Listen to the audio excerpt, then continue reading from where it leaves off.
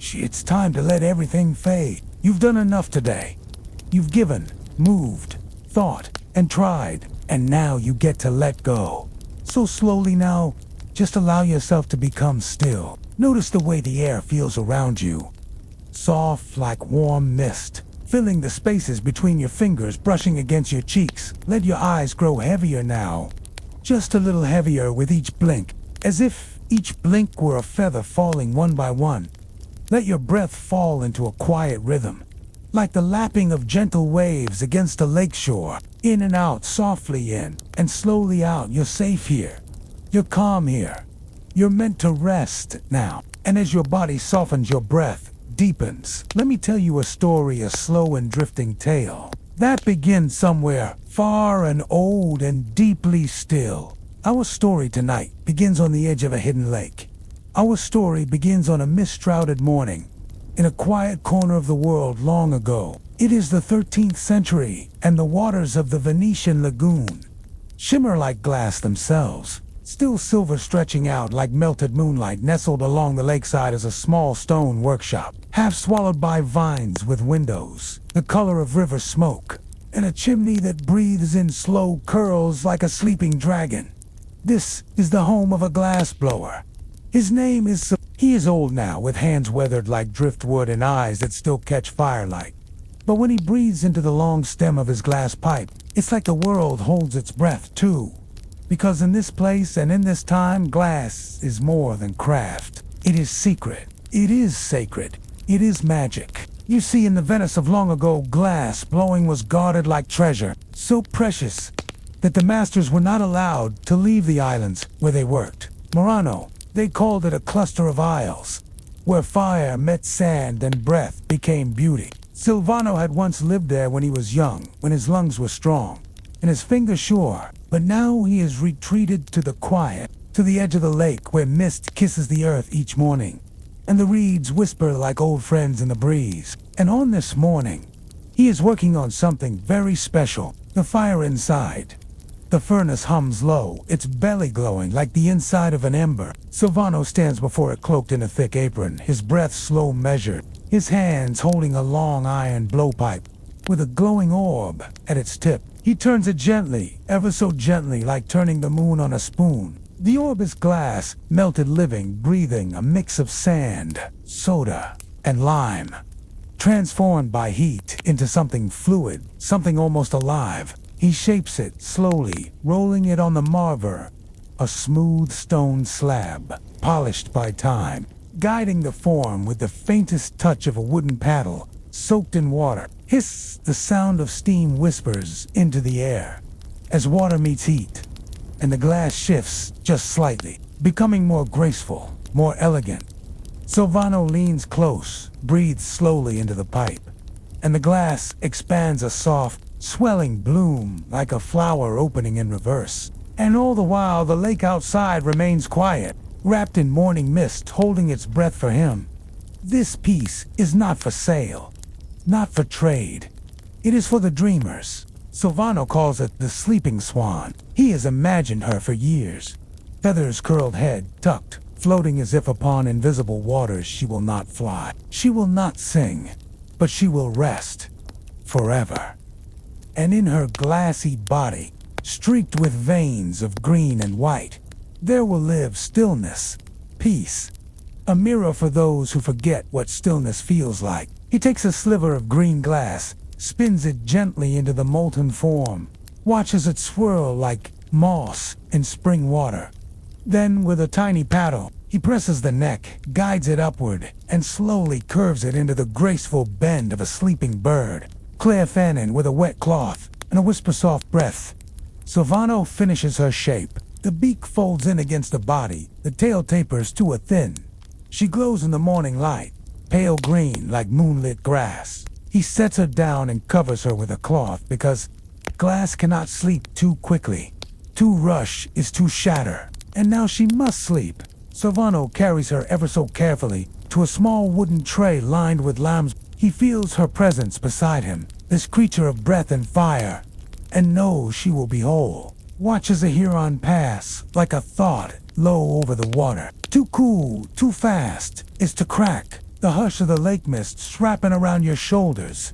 And so she must wait, as must he, in the quiet of the lake house. The smell of wood smoke and warm glass still lingering in the air.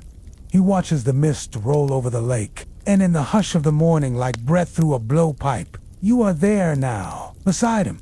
You feel the softness of the wool-lined tray beneath your hand. You are drifting like mist, drifting like swans.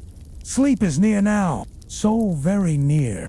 Welcome back, dear dreamer. You haven't moved, not really, and yet a part of you has floated to that little workshop by the lake. The fire is still glowing softly in its hearth, and Silvano, the old glassblower, he hasn't spoken a word. But somehow you feel as though you've known him forever. The swan rests, tucked in her nest of lambswool and shadows, cooling slowly, so very slowly. And as we wait with her, let me tell you a little more about why this place, in this moment, is so tenderly quiet. You see, long ago, in the heart of Venice, glass was more than beauty. It was a secret, and secrets needed protection.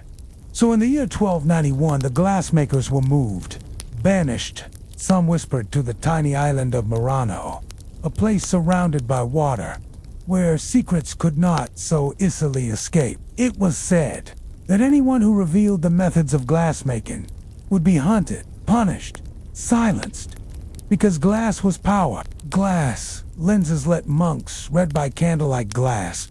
Beads were traded for silk and spice in glass mirrors. Oh, mirrors! They let people see themselves as they truly were for the very first time. Can you imagine a world without reflections? Until glass gave them back, and so the glassblowers became keepers of wonder, of vision, of vanity and science and art. But it came with a price. They were watched, restricted. Even royalty feared their knowledge would spread. So they stayed on the island, bound, not by chains, but by oaths. Their breath, their craft was guarded like gold. Silvano once lived among them, a young boy, swept up in the hiss of furnaces and the shimmer of glass threads.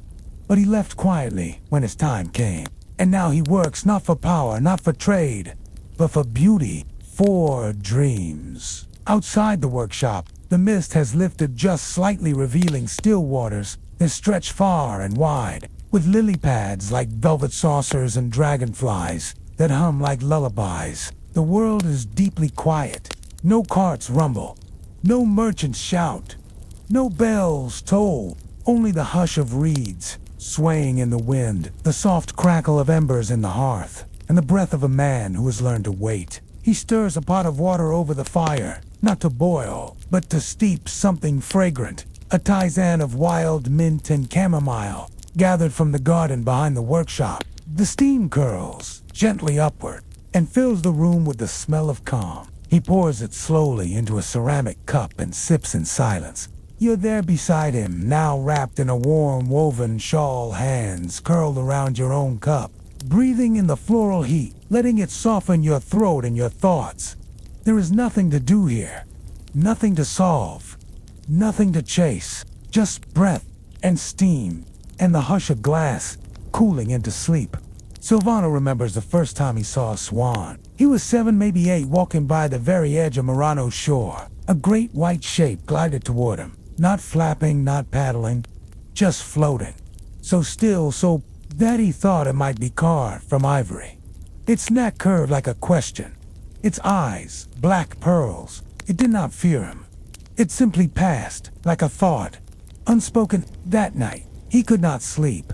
He dreamed only of that shape. And when he awoke, he tried to draw it, again and again, but he could never get it quite right. Not until now, not until age and silence and solitude gave him the stillness to shape the memory into something that would last. And so the swan was born, not from fire alone, but from a child's dream, held for half a lifetime. Can you picture her now? Sleeping not in feathers, but in glowing glass green streaks like ivy vines twisting through her sides, her wings slightly folded as if to shelter, her curved neck resting atop her body like the arm of someone dozing in sun-dappled grass. She rests in silence. You rest beside her, and the world grows quieter still. The fire has burned low now, just gentle embers, a fading heartbeat of warmth. Outside, the sky has turned the color of pearl. Not quite dawn, not quite dusk. Time doesn't matter here. All that matters is that the swan is sleeping, and so are you. Almost let the story wrap itself around you, like the shawl around your shoulders. Let the swan's curved shape carry your mind into deeper stillness. You're safe, you're floating, and sleep is near. Still so calm, still so weightless. You haven't gone anywhere, and yet the world has soft around you. The fire, the mist, the glass, they're still here waiting for you. As you listen now, let yourself sink just a little deeper. Feel your shoulders soften like melted wax. Let your hands rest without needing to move. Let your breath fall in rhythm with the hush of the swan sleeping. The swan is still there, cooling beneath her cloth, shaped from fire and breath, and the quiet wonder of memory. And Silvano, he watches her with the patience of stone, his eyes half closed, as if seeing into a world you can only reach with dreams. There are moments, now and then, when Silvano lets himself drift back to the glowing alleys of Murano, where canals sloshed gently against stone bridges, and the glassmakers walked as if floating on secrets.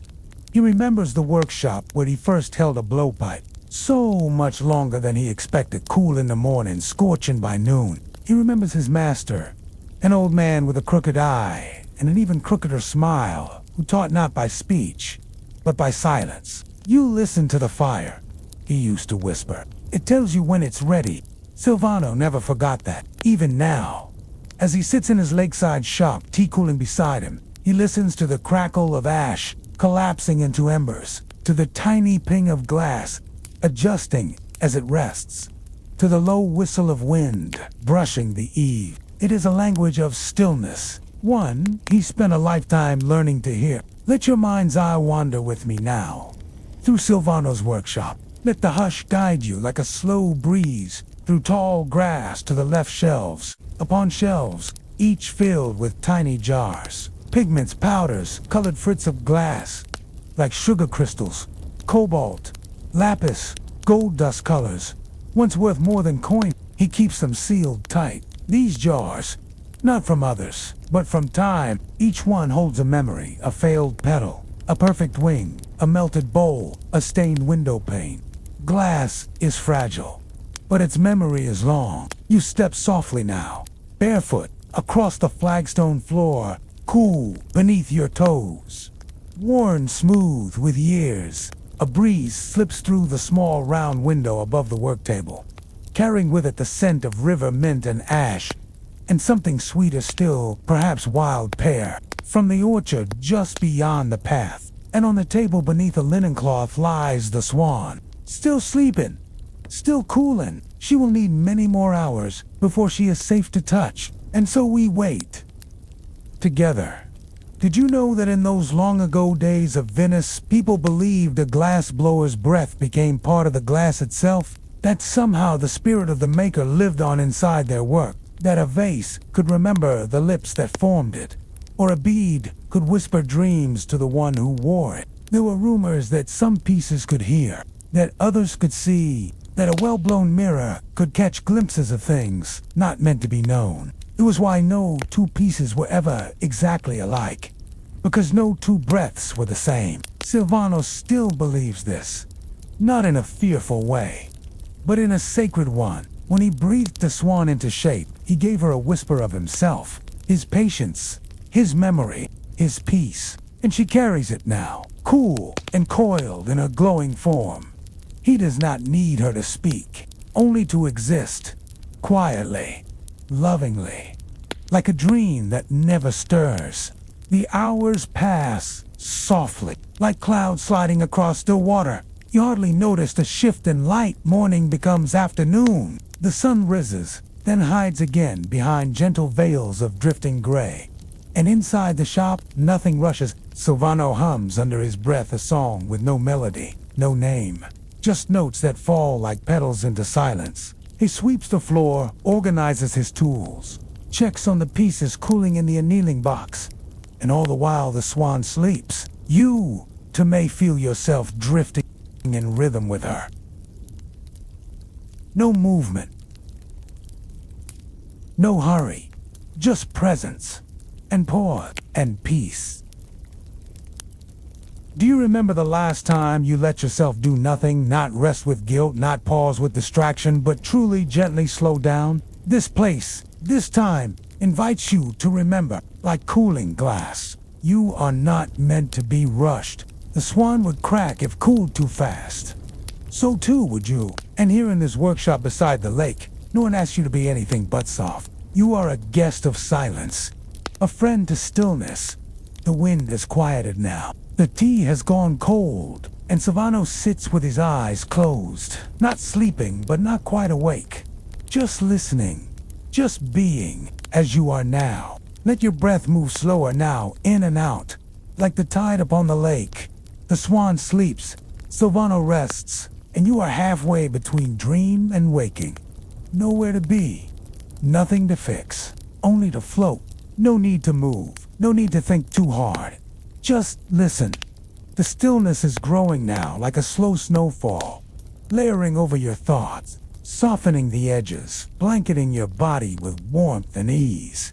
You're still in the lakeside shop, still in the hush of firelight and cooling glass, still curled in the quiet hum of another time and outside. The light has turned gold, not bright gold, not harsh, but a faded, drowsy, kind-like light, seen through closed eyelids. You are safe. You are steady. You are sinking deeper, and the swan still rests beneath her cloth, waiting. As the day leans into evening, Silvano steps outside for a moment. You follow slowly, wrapping the shawl tighter around your shoulders, feeling the cool hush of dusk wrap around your skin like silk. The garden behind the workshop is small, but overgrown in the most gentle way. Chamomile, lemon, balm, thyme, all growing in soft, tangled rows, their leaves still warm.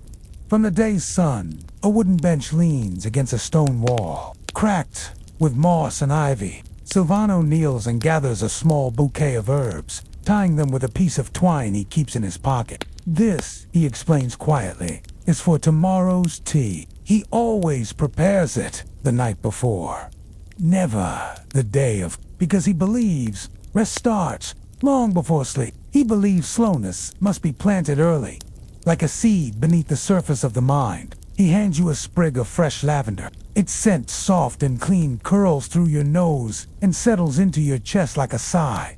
You close your eyes and listen to the gentle chirp of evening birds, to the lapping of water beyond the tall grass, to the whisper of the breeze through the herb garden.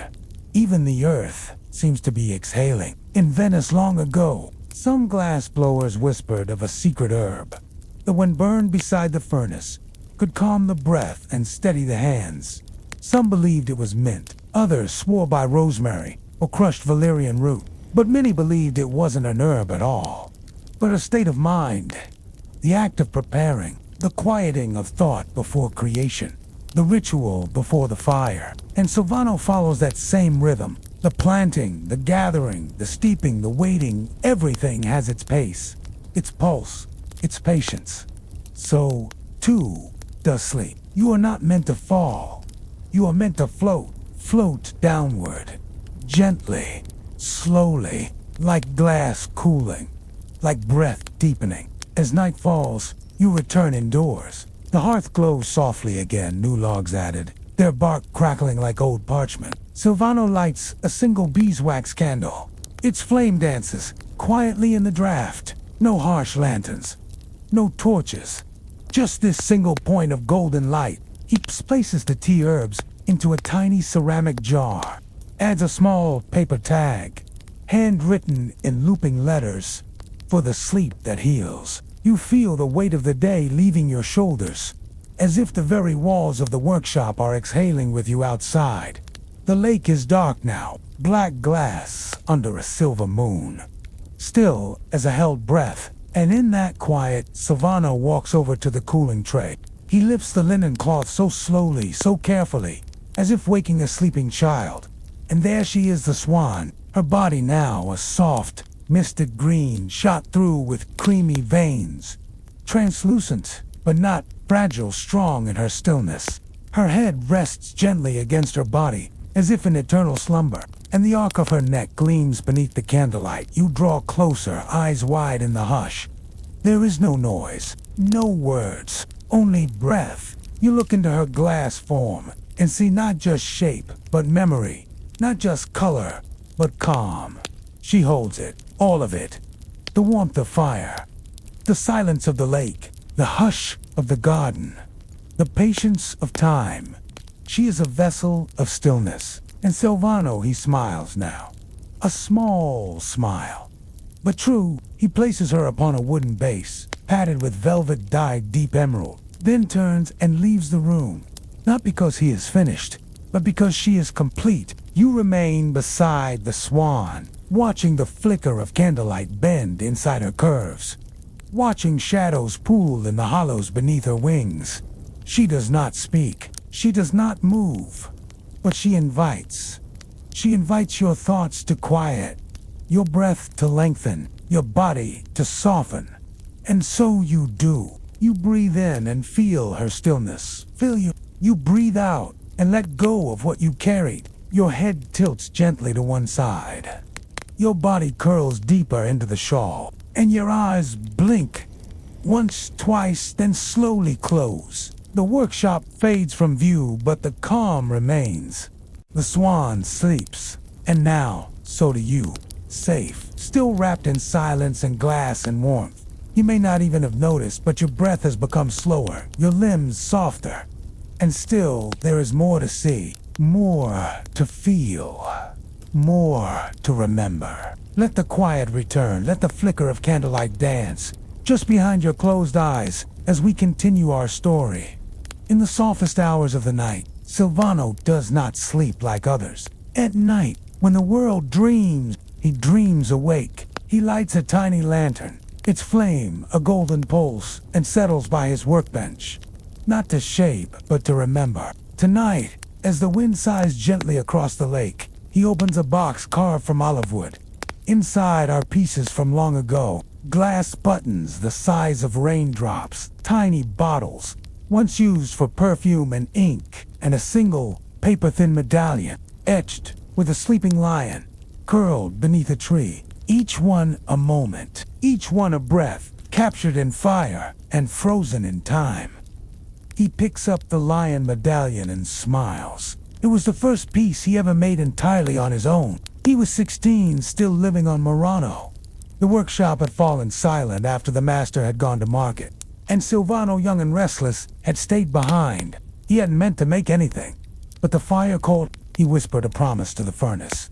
Just one breath. He shaped it with trembling fingers, spun it with careful hope, and when it cooled, the lion was there. Not fierce, not roaring, but asleep, peaceful.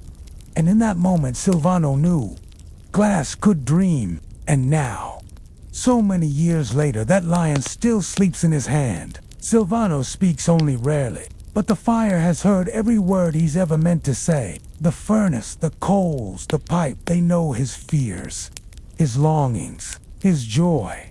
And over time, he learned their language in return. He knows when the flame is ready, when the air is too dry, when a single speck of ash will ripple a bowl's surface like wind over water.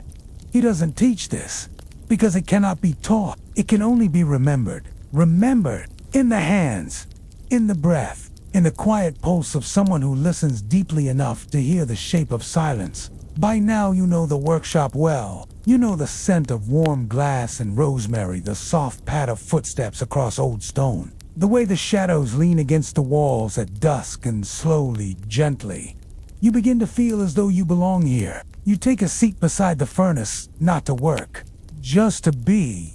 Silvano hands you a piece of cooled glass, a smooth oval round as a river stone, still faintly warm, its green shimmer catching the firelight in a way that makes it look alive. He nods for you to hold it in your palm. Just breathe, he seems to say without words. And you do. You inhale slowly. Let the warmth of the glass travel through your fingers, up your arms, into your chest, and you exhale. As if the glass is breathing with you. You feel your heart beat slow. You feel your thoughts dissolve. You are not thinking of today. or tomorrow, or anything at all. Only this. This warmth. This now, in the 13th century, some believed that certain colors of glass held secret meanings. Green was the color of hope and healing. Blue symbolized truth. Red, courage. Clear glass was divine, to draw the eye away from pain and toward peace. And green windows were fitted into quiet chapels, where monks prayed for still minds and steady hands. But green, green, it was said to calm fevers, to ease nightmares. Glass beads of deep emerald were hung beside small flasks were filled with mint oil. Silvano remembers this. That is why he shaped the swan from green glass, because sleep is healing, and green reminds the heart to rest. Later that night, the lake calls again. Silvano opens the door to the garden, and you step out with him. The moon is full, a perfect pearl hung low in the navy sky. Its reflection lies perfectly on the water's surface, unmoving like painted silk. The reeds sway in slow rhythm, and the frogs sing a lullaby so soft. So far you sit by the edge now. The grass cooled beneath you. The stars above blinking slowly as if they, too, are drifting to sleep. And the swan, still resting on her velvet base, is placed gently beside you. Silvano says nothing. He doesn't need to. Like the breath of a sleeping glass blower curled beneath moonlight and memory. The swan is enough. She watches the lake. She holds the hush. And beside her, so do you. You are floating now, not in water, but in stillness, like a leaf on the surface of a forgotten pond. Let the swan guard your sleep. Let the lake cradle your mind. And when you're ready, the world has grown quieter, hasn't it? Your body is softened, your mind is still, and the line between story and sleep is fading. You are still by the lakeside, still in the hush of night, still under the gaze of the full silver moon, and the swan, that silent shape of breath and fire, sleeps beside you. Let her stillness become your stillness. Let her quiet become your breath. Let everything slow even more. It's morning now. Though you didn't notice the time change, not really. You drifted, and the stars faded behind pale mist. Silvano has already kindled the fire. You can smell the first curl of smoke, that warm mix of ash, pine, and ember inside. The light has changed. Not golden, not gray, but blushed a soft pink that comes just before sunrise. The swan rests on the windowsill now. Not too cool, she is ready. But to catch the dawn, her green glass catches the first rays like a prism. Inside her belly, warm color blooms and ripples pale, gold, soft lime, hints of rose and ivory. And for a moment you swear you see her move. Just a shimmer, just a shift of light, like breath inside a dream. But no, she is still, perfectly still, and that is her magic. A knock at the door breaks the silence. Not loud, not hurried, just gentle. Silvano opens it slowly. Outside stands a boy, perhaps 10, barefoot, clutching a bundle of straw and paper. His eyes are wide, curious, but shy. He stammers a little, says his mother sent him. She needs a small bottle to hold lavender oil. Silvano nods, not speaking, but not unkind. He gestures for the boy to come in. You watch from the warmth of the corner as the child steps across the threshold. His eyes scan the shelves, the furnace, the coals, and then he sees the swan. He doesn't touch her, but his mouth parts just slightly, and the breath he lets out is soft, like a prayer. Silvano notices, and he smiles. Silvano walks to his bench. He chooses a thin rod of clear glass, one barely longer than a knitting needle. He dips it into the flame, rotates it slowly until it glows orange at the tip. Then, still humming that tuneless hum, he begins to draw shapes into the air. Loops, swirls, little curls, like frost on a window pane. Perfect feather. The boy watches in silence, his mouth still open slightly, his hands gripping the edge of the table. And when the feather cools, Silvano wraps it in linen and hands it to him. Not the swan, just a piece of her. A whisper, The boy bows, still speechless, still glowing, and then he runs off back through the dew-brushed grass, back to the village, back to wherever he came from, but now with a piece of fire in his pocket. In the old days, glass was given not just as gift, but as reminder, a promise, a prayer, a trace of time that would not fade. It was fragile, but not weak. It lasted through weather, through war, through wind and silence and centuries. Even now, centuries later, historians still uncover beads from old markets, flasks buried in fields, windows that once glowed with saints and stars, each one carrying breath, intention, someone's memory held in sand and flame. And perhaps that's what Silvano gave the boy. Not a lesson, not a feather, but a memory, and the hope that one day he, too, will breathe something beautiful into the world. The day passes without words, only the gentle rhythm of breath and craft. Silvano shapes small bottles now, round ones, with curled lips and clear bellies. Some for perfume, some for spices, some just to exist. You help him place them into rows of sand, too, lining them up like sleeping children, their warm glass bodies fogged with breath. And later, as the sun dips again, you and Silvano take the Swan and carry her to the lakeshore. Not to place her in the water, no. She is not made for floating, but to leave her there, on a small, round pedestal of carved stone, hidden behind reeds and stones, where only those who truly look will find her. Silvano says nothing, but you understand? The Swan is not for keeping. She is for remembering, for stillness, for those who forget what silence feels like, for those who need to stop and breathe. And now, she waits. Not in a gallery, not on a shelf, but here, where moonlight touches her back, and mist curls softly around her shape, where the lake and the wind and the mossy stones become her companions. She is home, and she will sleep forever. You sit by her side one last time. The moon rises again, the stars blink like old friends, and the lake holds its hush. This morning begins even gentler than the last. A mist clings to the lake like a lullaby not yet finished. The village rooftops rise slowly from sleep, their thatched edges beaded with dew. Inside Silvano's workshop, you notice a stillness, softer than quiet.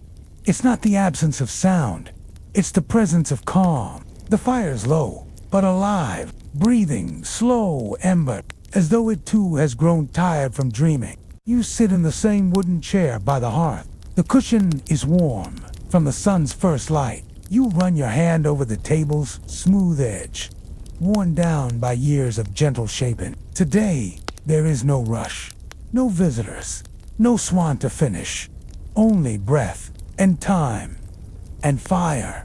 In Venice, in centuries past, the glassblowers of Murano created their own secret language, a soft-spoken dialect known only to those who shaped fire and sand. It wasn't written. It wasn't taught in books. It was breathed, passed from lips to lungs to heart, from master to apprentice, in quiet moments, beside furnaces glowing like stars. Some said the words themselves had heat, that to speak them wrong was to anger the glass. Others believed silence was the better teacher, that hands understood more than mouths. Silvano never speaks while shaping, not once, and perhaps that is his language, to not words, but flame.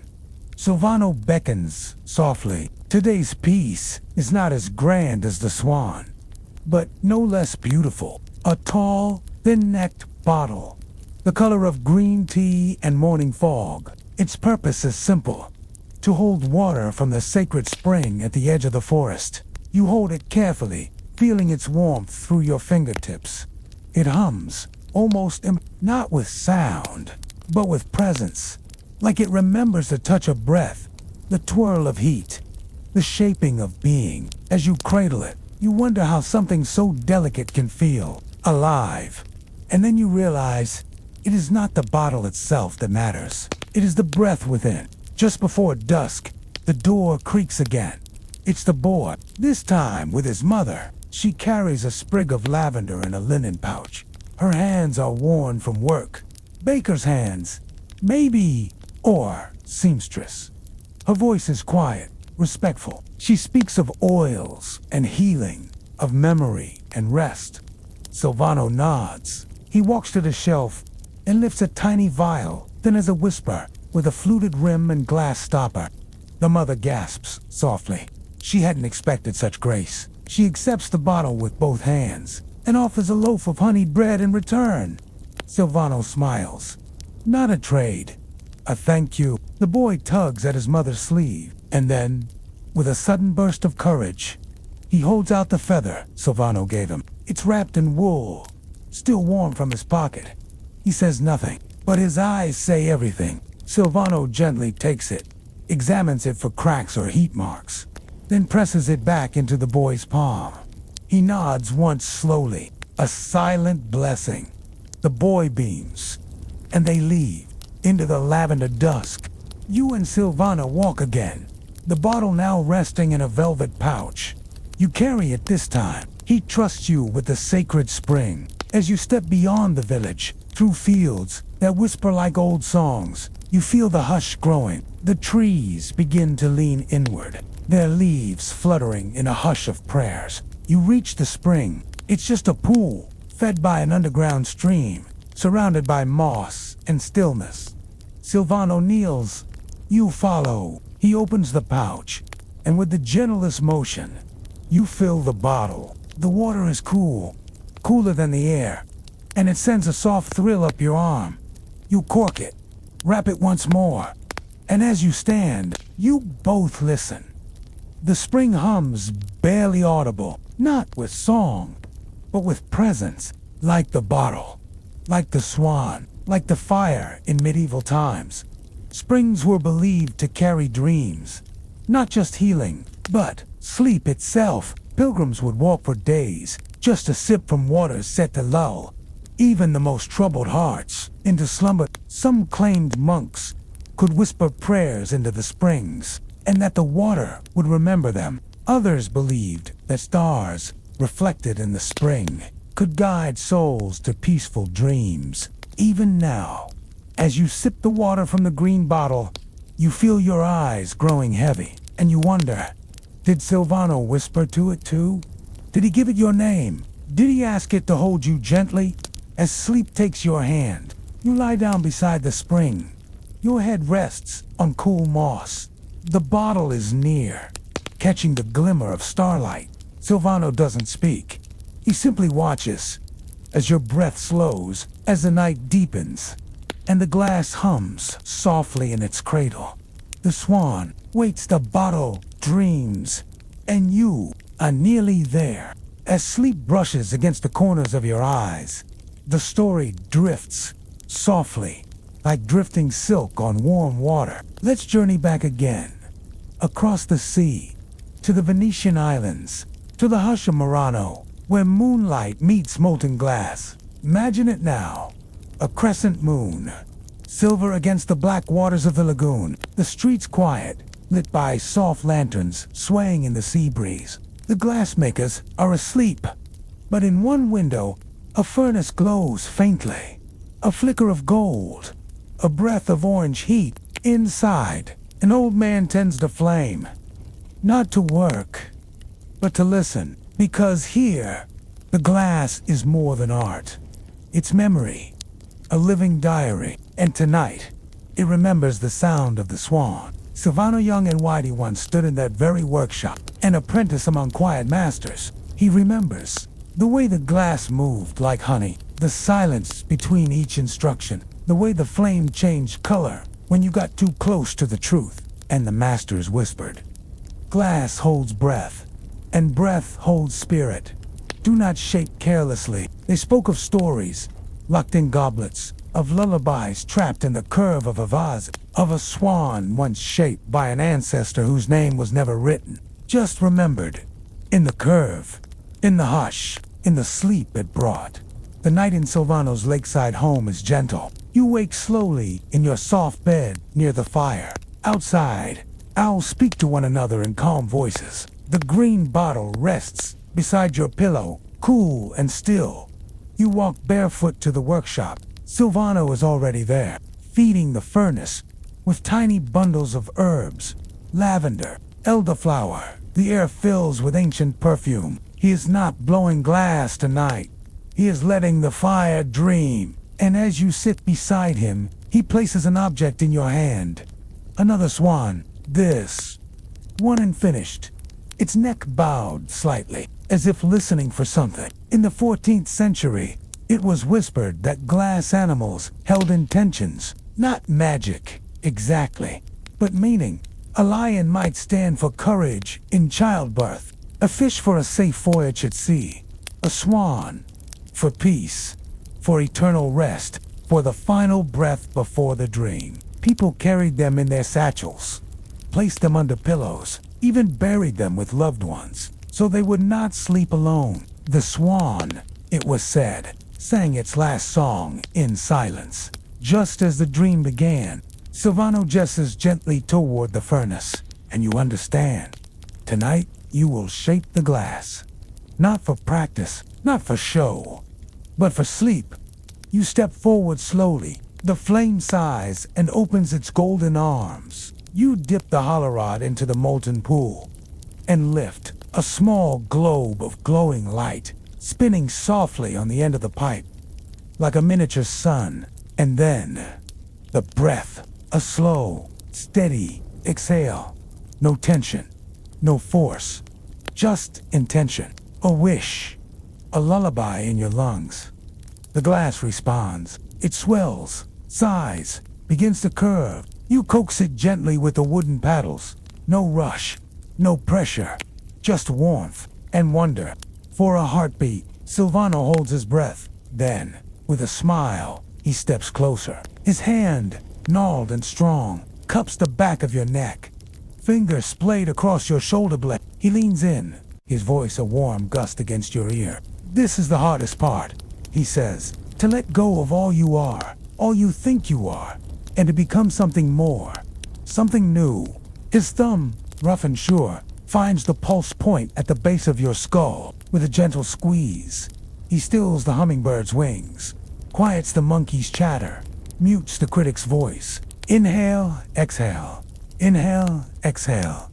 Each breath, a soft wave washing over you, carrying you further out to sea. The rod spins and the glass flows, a molten memory of liquid gold. And in the space between breaths, where your ribs expand and contract, there is only this, the fire's ancient song, the glassblower's patient hand, the weight of centuries held in a single glance. He steps back, releasing your shoulder, letting you find your own center. His eyes, the color of burnished copper, shine with quiet strength. Now it is up to you, he says, his voice hoarse with emotion.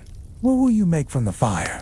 As sleep brushes against the corners of your eyes, the story drifts softly, like drifting silk on warm water. Let's journey back again, across the sea, to the Venetian islands, to the hush of Murano, where moonlight meets molten glass. Imagine it now, a crescent moon, silver against the black waters of the lagoon. The streets quiet, lit by soft lanterns swaying in the sea breeze. The glassmakers are asleep, but in one window, a furnace glows faintly. A flicker of gold, a breath of orange heat. Inside, an old man tends the flame, not to work, but to listen. Because here, the glass is more than art. It's memory, a living diary. And tonight, it remembers the sound of the swan. Silvano Young and Whitey once stood in that very workshop, an apprentice among quiet masters. He remembers the way the glass moved like honey, the silence between each instruction, the way the flame changed color when you got too close to the truth. And the masters whispered, "Glass holds breath, and breath holds spirit. Do not shape carelessly." They spoke of stories, locked in goblets, of lullabies trapped in the curve of a vase, of a swan once shaped by an ancestor whose name was never written, just remembered. In the curve, in the hush, in the sleep it brought. The night in Silvano's lakeside home is gentle. You wake slowly in your soft bed near the fire. Outside, owls speak to one another in calm voices. The green bottle rests beside your pillow, cool and still. You walk barefoot to the workshop. Silvano is already there, feeding the furnace with tiny bundles of herbs, lavender, elderflower. The air fills with ancient perfume. He is not blowing glass tonight. He is letting the fire dream. And as you sit beside him, he places an object in your hand. Another swan. This one unfinished. Its neck bowed slightly, as if listening for something. In the 14th century, it was whispered that glass animals held intentions, not magic, exactly, but meaning. A lion might stand for courage and childbirth, a fish for a safe voyage at sea, a swan for peace, for eternal rest, for the final breath before the dream. People carried them in their satchels, placed them under pillows, even buried them with loved ones, so they would not sleep alone. The swan, it was said, sang its last song in silence. Just as the dream began, Silvano gestures gently toward the furnace, and you understand.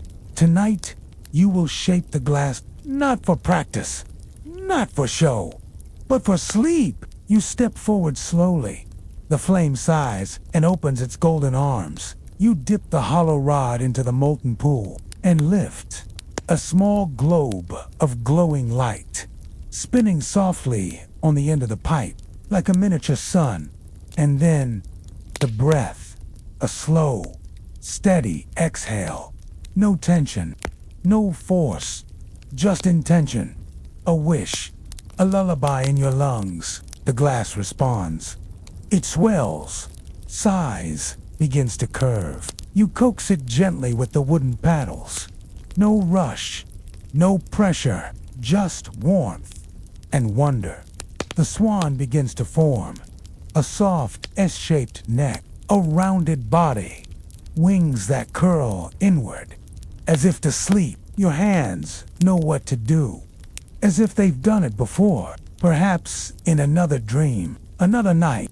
You tiny details with the iron pick, feathers like moonlight ripples, eyes half closed in serenity. And finally, you let it rest in the annealing oven, to cool, to wait, to sleep as morning begins to whisper over the horizon. A visitor approaches. She is an old widow draped in dark cloth, her eyes kind and watery with time. She holds a letter, not written on parchment, but on woven flax, like a prayer cloth. She speaks softly to Silvano, her husband. Gone many winters past, she dreams of him every night, but the dreams are fading now. She fears forgetting his voice. Silvano walks to the cooling chamber and returns with a tiny glass dove. It remembers. He whispers. The widow takes it gently, cradling it like a heartbeat, and smiles. For the first time in weeks, she says, she will sleep with peace. The workshop returns to stillness. You and Silvano sit side by side. The furnace now cool, the tools wiped and resting. Outside, the lake is silver with dawn, and inside the oven, the swan waits. One more night, and it will be ready. You feel it already. The peace it will bring, the sleep it will carry. And as your eyes grow heavier, you wonder, will it sing to you? Will you hear it just before you drift away? The sun is gentle today, not loud or bright, but soft, like brushed linen. Outside the cottage, birds begin to hum, and the breeze carries hints of baked bread, lavender soap, and wood smoke curling into the air.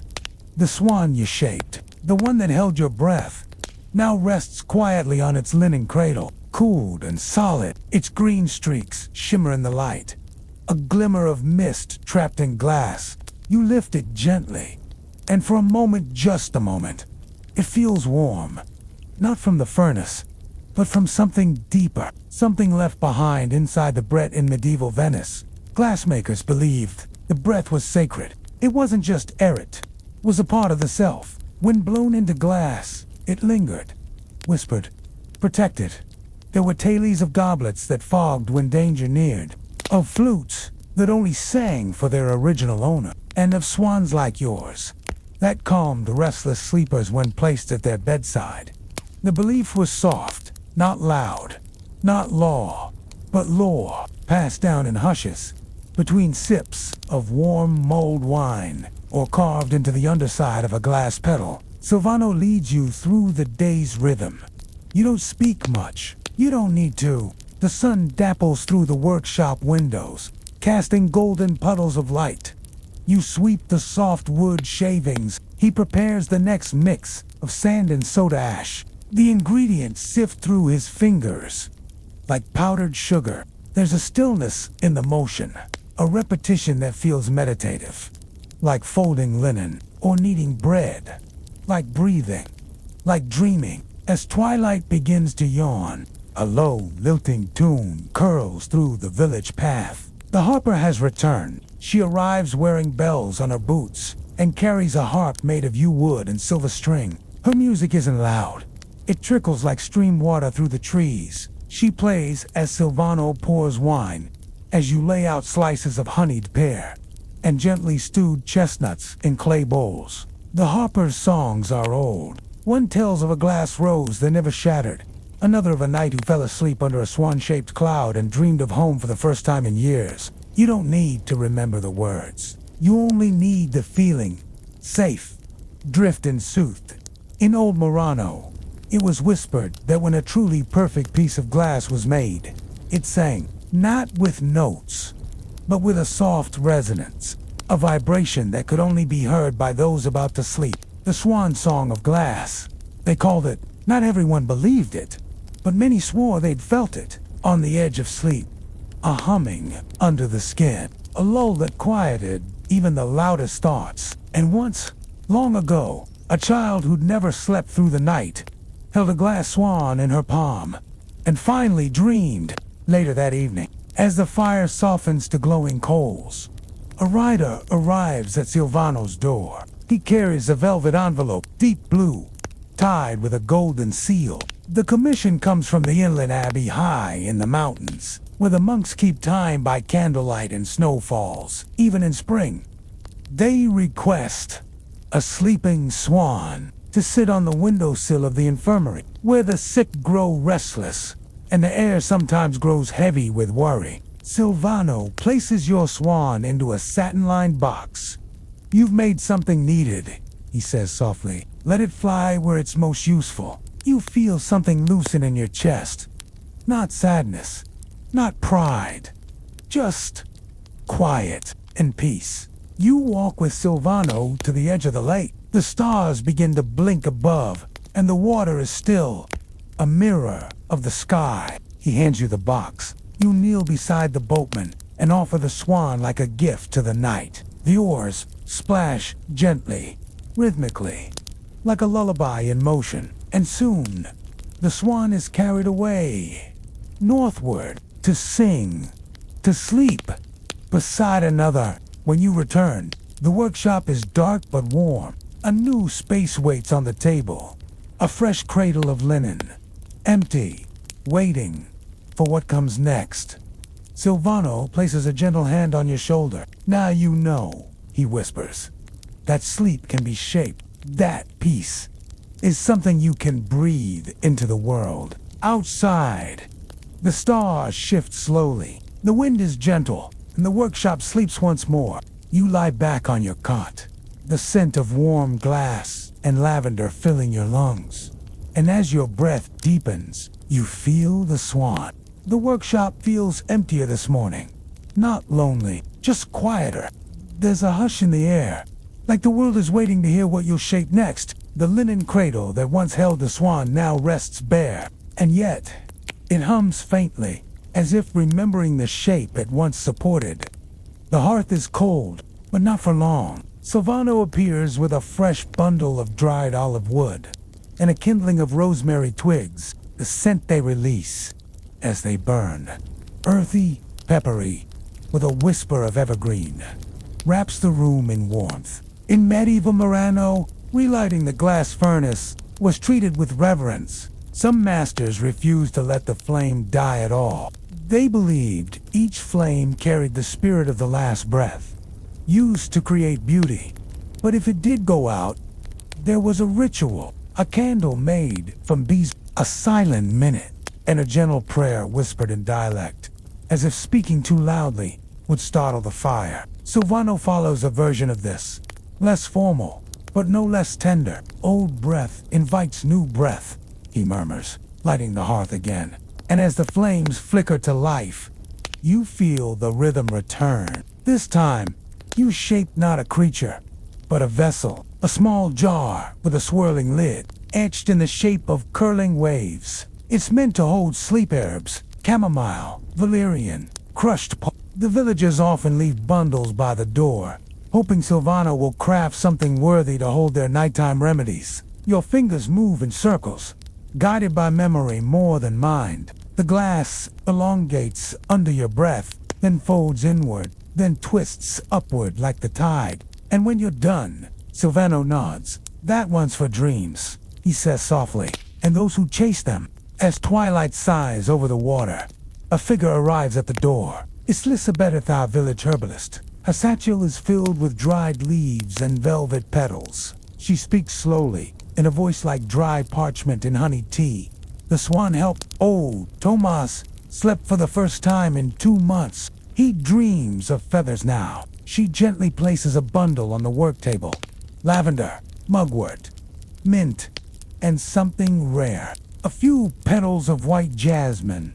You pour her tea. She tells you stories of how monks once grew sleep gardens, plots hidden behind stone walls, where only nighttime plants were allowed to bloom. They believed certain herbs only listened to whispers. She says, the louder you spoke, the less they worked. You nod and say nothing. In the 1200s, certain cloisters in France and Italy cultivated lavender bell gardens. There were circular plots, planted with bell-shaped blooms, believed to capture dreams. Lavender, foxglove, bluebell. At night, monks would walk slowly through them, clinking small silver chimes as they prayed, believing the sound soothed the herbs, encouraging their oils to sweeten. Some even believed the scent of these herbs, when brewed with wine, could summon prophetic dreams. Whether true or not, one thing is certain. Those who slept near the gardens slept well. Late that night, you walk back to the lakeshore. The moon hangs heavy and whole, its light silvering the ripples. You carry the dream jar in your hands. There's no ceremony this time, no delivery, no message. You simply sit and place the jar in your lap. It catches the moonlight just so, and for a moment, you see your reflection inside. Not the one from the water, but the one you're becoming. Calm, capable, quietly, proud. You breathe softly, watching how the cool night air slips in and out of your chest. You think about all the breath you've given the glass, to shapes and vessels and creatures that now live beyond your hands. And you realize something. Every time you create, you give away a part of your calm. Not to lose it, but to share it, so that someone, somewhere, might sleep more soundly, might breathe more deeply, might feel safe, even for a moment, even in the dark. The stars are brighter tonight. The workshop still glows, and the story gently slows its rhythm, like the hush before true sleep. You return to your cot, the scent of jasmine on your fingers, the warmth of the hearth near your toes, and the echo of a glass swan, still softly singing, somewhere in the distance. The next morning arrives with the hush of soft footsteps, and the village is still in half-sleep. You stroll the cobblestone path, past mossy shutters, past doors creaking gently in the breeze, past a baker kneading dough in a rhythm as steady as breath. Everyone here knows your work, not by name, but by the way. Their homes shimmer faintly with color in the morning sun from your window panes. Their dreams steeped in the light your glass allows in. There's a window in old Tomas's cottage, oval-shaped, swirled with blues and greens. He says it filters the nightmares, keeps only the good dreams in. As you walk, Silvano joins you. He speaks softly of Murano, not the island itself, but its memory. Venice feared losing its secrets, he murmurs. So they moved all the glassblowers to Murano in 1291, claimed it was for fire safety. But he pauses, then continues with a glimmer in his voice. They wanted to guard us, wanted to keep the techniques hidden. Some said leaving the island meant death. We weren't prisoners, but we weren't free. He looks out toward the horizon. Even now, I feel it, a craft passed through blood and locked behind waves. Let the listener imagine it now. An island where molten sand glowed from every chimney, and the air itself shimmered with secrets. In medieval Venice, glassblowing was so revered and so protected that the craftsmen were forbidden to leave Murano without permission. Their skills were considered state treasures to prevent espionage.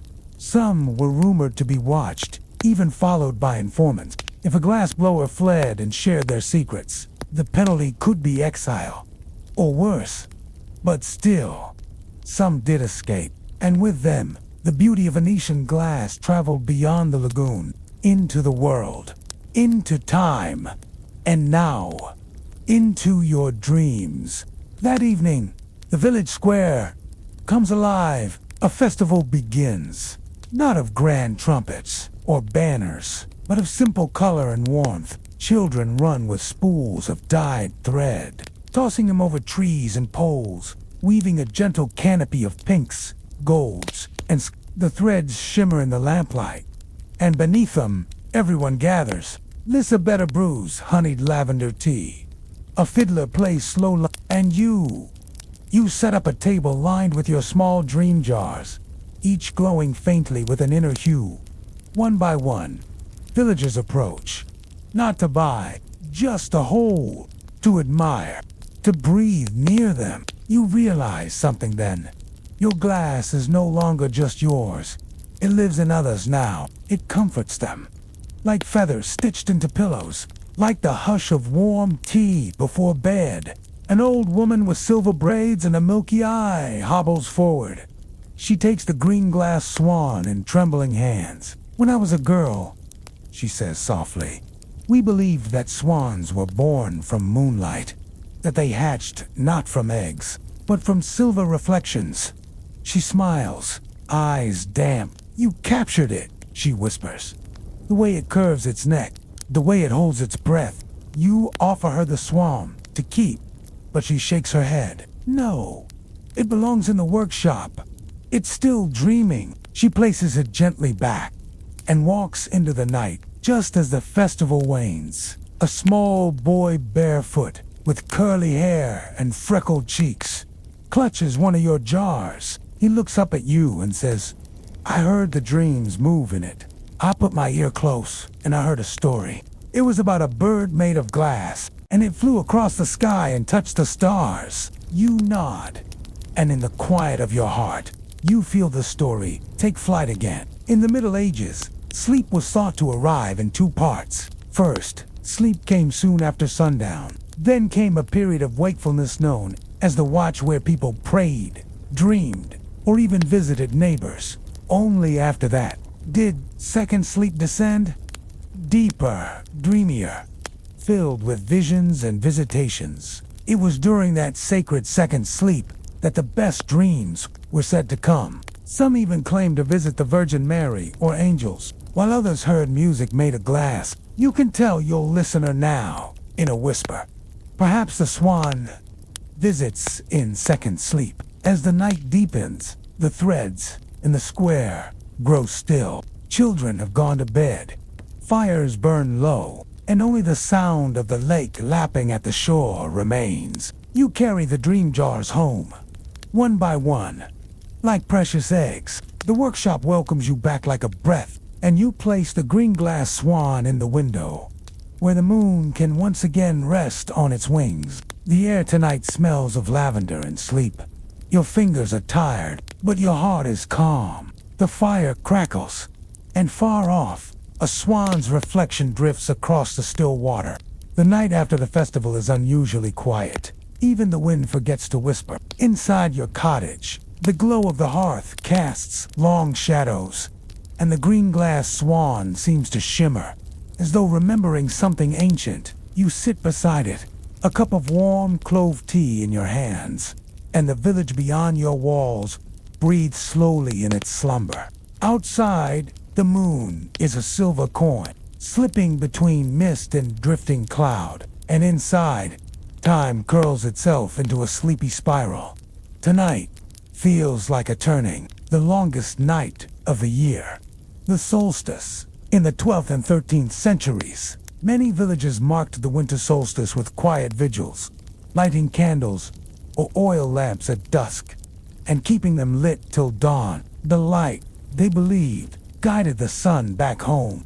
They whispered blessings over flame, and in some parts of Europe, they even left small lanterns near the hearth, inviting the spirit of warmth to stay just a little longer. And so, in your little home by the lake, you do the same. You light a circle of beeswax candles, and let their glow speak gently to the cold. As midnight approaches, something strange and soft begins to happen. The green glass swan in your window, still and silent for days, catches a flicker of firelight and holds it, not just a reflection, but something deeper. A pale green glow pulses in its core, a spark like breath trapped in time. You lean closer, and for a brief moment, so brief you're unsure if you imagined it, you hear a sound inside the glass, a tone, like a distant echoing chime, a single note floating in the spaces between silence. Your eyes grow heavy, but you stay seated, wrapped in a wool blanket, and in the hush of midnight, a memory begins to form in your mind, not your own, but old, etched into the breath of the glassblower who made the Swan.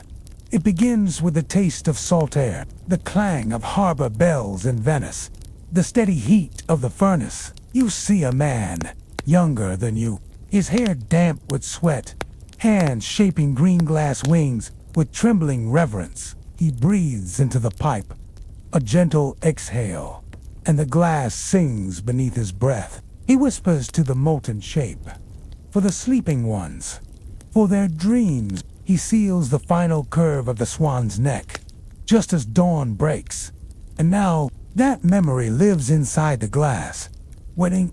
It's a little-known fact that medieval glass, when blown with enough finesse, can carry resonance, an almost musical vibration. Some historians believe certain vessels were tuned to resonate when touched by breath or heat, like the singing bowls of the East, but made from Venetian sands. It was said that some objects like small flutes or jars could sing quietly at dawn, especially on solstice mornings. You wonder now, if your swan has found its song, by the time the first soft pinks enter the sky, you are still in your chair, wrapped in warmth, surrounded by candle ends and the last whisper of fire. The green glass swan rests in the window, its glow fading with the stars. You stand slowly and open the shutters. Outside, the lake is wrapped in silver mist, but on its far edge, just barely visible, a white shape glides. Not a boat, not fog. A swan, a real one this time, drifting in a mirror-still reflection of morning sky. It turns its head toward your cottage, and then continues silently, down the water's edge, vanishing into the hush. You press a hand to the swan in the window. The glass is cool again. Still, but inside, you sense a peace you hadn't felt before, a letting go, a fullness. And so, you light the forge once more. The day begins again, just like the sun always returns. You place the swan on the shelf, next to Lisabeta's teardrop bottle, and the boy's dream jar. Then, with slow breath, you begin shaping a new creation. Not a bird, not a window, but something in between. A soft green lantern for someone's second sleep. In certain corners of 13th century Europe, some believed that objects could hold dreams, that vessels or carved stones could capture bits of the invisible. Travelers kept pouches of glass beads, farmers tucked tiny bottles into and some monks whispered dreams into clay urns, then sealed them with wax. They said, if you leave it by moonlight, the dream will return to you. You wonder now, how many dreams sleep inside your shelves? And how many have already drifted far, across valleys, over oceans, into other lives? In the village square, a bell hangs in a wooden frame. It hasn't rung in years. Too fragile, too sacred. Instead, villagers touch it in silence whenever they want to remember something. And today, you do the same. You press your fingers to its cool bronze curve, and for a moment, you feel warmth, not from the metal, but from your own remembering. From fire, from breath, from swans and windows, and the hush of second sleep. Sleepy one, let this silence linger just a little longer. Let the image of mystic glass and gliding swans settle over your thoughts like velvet. It is the morning after the solstice. Thin ribbons of sunlight spill through the shutters like quiet promises unfurling on the floorboards. And then softly a knock at your door. Standing there is a monk, wrapped in a travel-worn robe of deep brown wool, a satchel over one shoulder, and a calm in his eyes as old as the stones beneath your cottage. He bows slightly. Forgive the intrusion, but I was told of your work. I have something that needs to be made. You let him inside. Offer warm bread and honey, and listen as he explains. The monk unrolls a bundle of silk cloth. Within it rests a broken hourglass, its frame splintered, its sands gathered carefully in a sealed pouch. He touches it with reverence. This belonged to a sister of our order. She passed in her sleep, but in her last days, she dreamed often of green-glassed birds. And the stillness of time, you feel your chest rise with quiet awe, he continues. She believed that if her time was held gently, it could become something beautiful, something that could bring peace to others. Can you help? You nod, and begin your preparations. In the 1200s, many monasteries kept time with water clocks, sundials, or slow-burning candles, marked with rings. But in some orders, especially among mystics, time was thought to be more fluid, a gentle stream rather than a ticking line. They believed sleep was a sacred drift into eternity, that dreams carried pieces of the divine, and that objects like hourglasses or candles could absorb some of that holiness. A sleeped object, they called it, something touched by rest. Back in your forge, you grind green glass into shimmering dust and mix it with the monk's sands. You feel something subtle in the mixture, as though the grains hum beneath your hands. At the hearth, the fire glows gold and quiet. You lift your pipe, heat the blend until it becomes molten and soft. Then, slowly, you breathe. Your exhale is steady, a thread of warmth that coils into form. The hourglass grows between your hands, not exactly as it was, but something new. The frame curves into soft arches, wings, perhaps, or prayerful hands. You shape the upper bulb to hold a glimmer of dawnlight, and the lower to cradle shadows. Time, floating, not rushing, just being. He sits on a stool near the door, palms resting on his knees. He doesn't speak, but his breath moves with yours, as though he, too, is shaping something inside. And when the glass cools and the sands flow for the first time, he smiles softly. She would have liked this. It moves like a lullaby. You hand him the hourglass. Its glow barely visible in the morning sun. Thank you. May your breath always be steady. And he leaves, his sandals whispering against the earth. In the weeks that follow, your little forge becomes a place of quiet wonders. A weaver from the mountains brings a scrap of dyed indigo, hoping for a bowl that reflects the night sky. A shepherdess daughter asks for a bottle that smells like time and keeps her dreams safe from storms. A baker requests tiny glass moons to hang above his oven to remind him to rest. Each person brings a piece of their own stillness. Each object becomes a keeper of calm. And each evening, you light your candles and let the swan rest in the window. In some regions of Europe during the 13th century, it was believed that small glass trinkets charms could carry specific intentions. Green glass for sleep, blue for truth, amber for protection. These were often hung in windows, worn on simple cords, or placed beneath pillows. And while few wrote these beliefs down, they passed quietly, from grandmother to grandchild, from traveler to tradesman, a language of color and calm. One fog-draped morning, just as the lake begins to glimmer, you see her, Lisabetta, standing outside your forge, her cloak the color of late summer figs, a single tear-glass pendant at her throat. You welcome her in, make a pot of wild mint tea, and listen, the jar you made, it helped. The dreams come softer now. She hesitates, but I think I'm ready to let them go. She places the jar on your table. You see it clearly now. The mist within is settled, still, peaceful. With care, you seal the top with green wax and place the jar on your highest shelf. Lisabetta smiles. It's yours now. For someone else who needs it. She hugs you, whispers thanks, and vanishes into the fog once more. The shelves are alive. The final inventory. Your shelves are no longer quiet. They hum, softly. Each object seems to breathe, to remember 1,000 dreams held in glass, 1,000 gentle exhalations. And every time you walk by, you feel them. Not loud, not heavy, but light. Like birds taking flight, or snow resting on pine. Still with me, wanderer. Still wrapped in the hush. You've almost reached the final part of the story. The forge's flame is soft, now.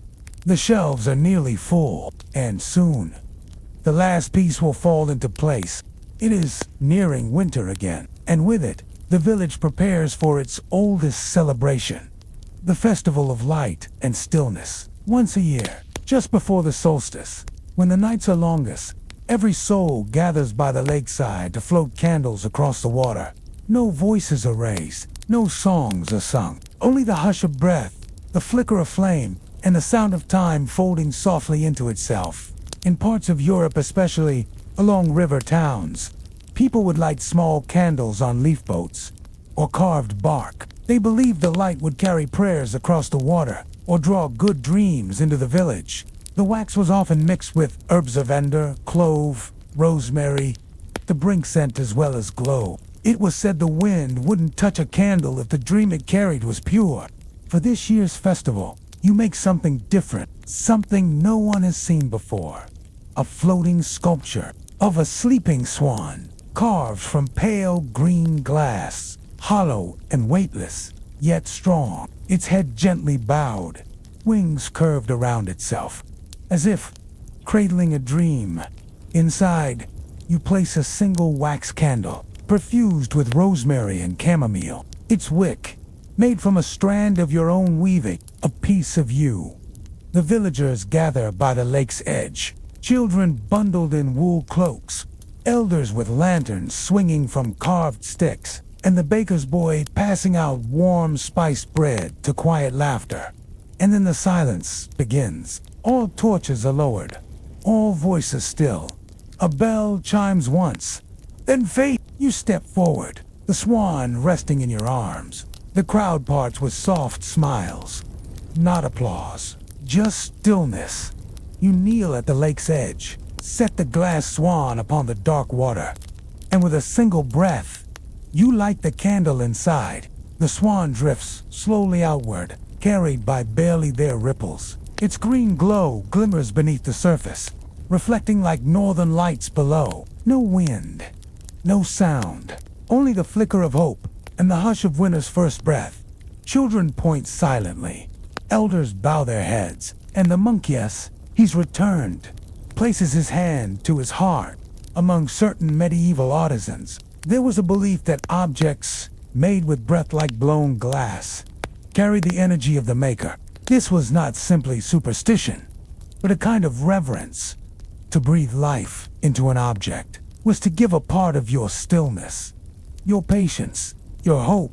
Especially in Venice, glassblowers were thought to infuse their glass with intention, whether peace, love, memory, or rest. It's why the glass was guarded so fiercely. not just for technique, but for the magic in the breath. As the swan reaches the center of the lake, the candle flickers once, then it glows with a halo of warmth, and the villagers each close their eyes, making a silent wish, or simply breathing deeply, gratefully. And then the candle fades, but the swan remains, floating gently, unmoving, a sculpture of sleep itself. One by one, they return to their homes.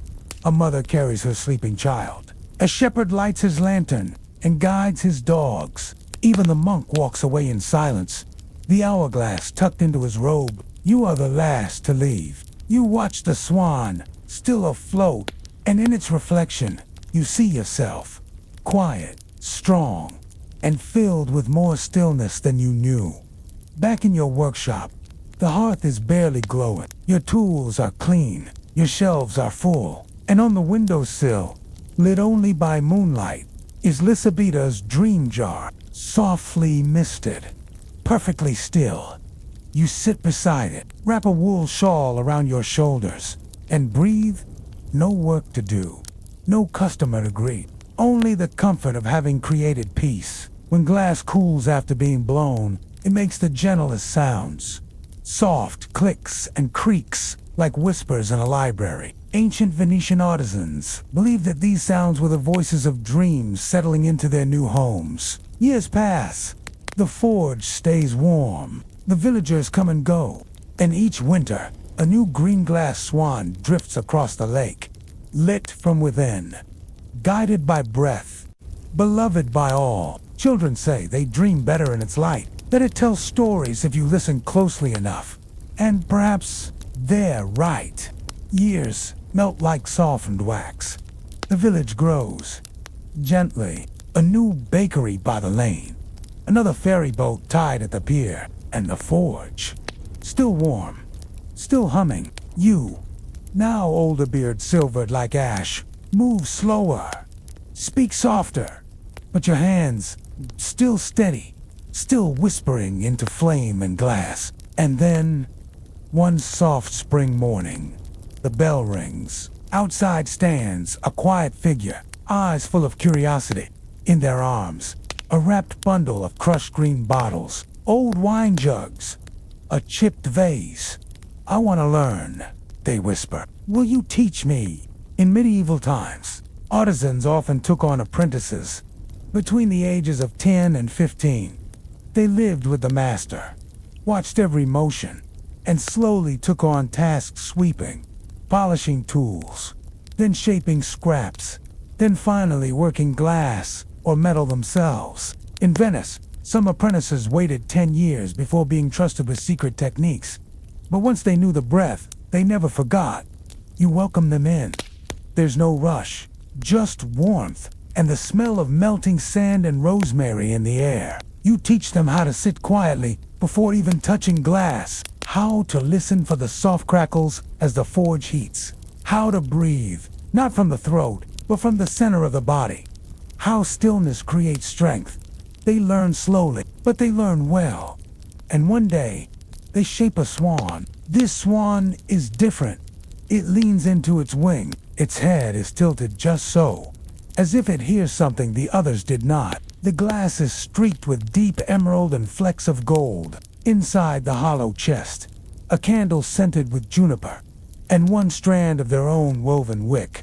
And that winter, as the village gathers again, it is they who carry it to the lake. You watch from beneath your woolen cloak, heart full, eyes misty, and you say nothing, because the breath has been passed. Colors in medieval glass were made with powdered minerals, copper for green, gold chloride for rich reds and pinks, cobalt for deep blue, manganese for purple tones. But every artisan had their secret blend. Some even mixed in crushed gemstones, believing their spirit would live on in the glow. One quiet evening, the forge dims for the last time.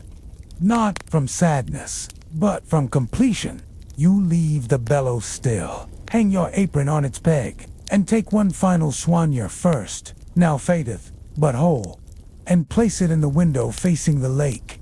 Moonlight glows through it. The green glass glimmers faintly.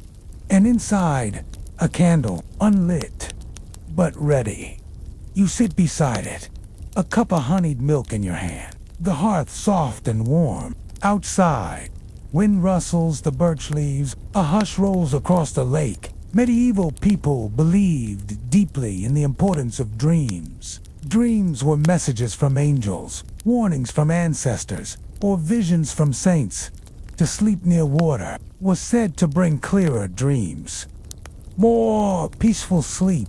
Many villagers even kept dream jars, or carved swans and birds by their bedside to carry their sleep into the heavens. Now, my gentle listener, you've heard the story. You've walked the village lanes, felt the warmth of glass beneath your hands, watched a swan drift through candlelight and time. You've breathed with the glassblower. You've listened to the forge. You've slept by the lakeside. And now, it's your turn to drift. Let your thoughts soften like molten sand. Let your breath move like ripples across still water. Let your dreams float as quiet as a swan at rest. You are warm. You are safe. You are home. No more story to tell. Only the glow of quietness. Only the hush of sleep. And the knowledge that somewhere, on a calm lake beneath a silver moon, a glass swan sleeps forever, and so shall you.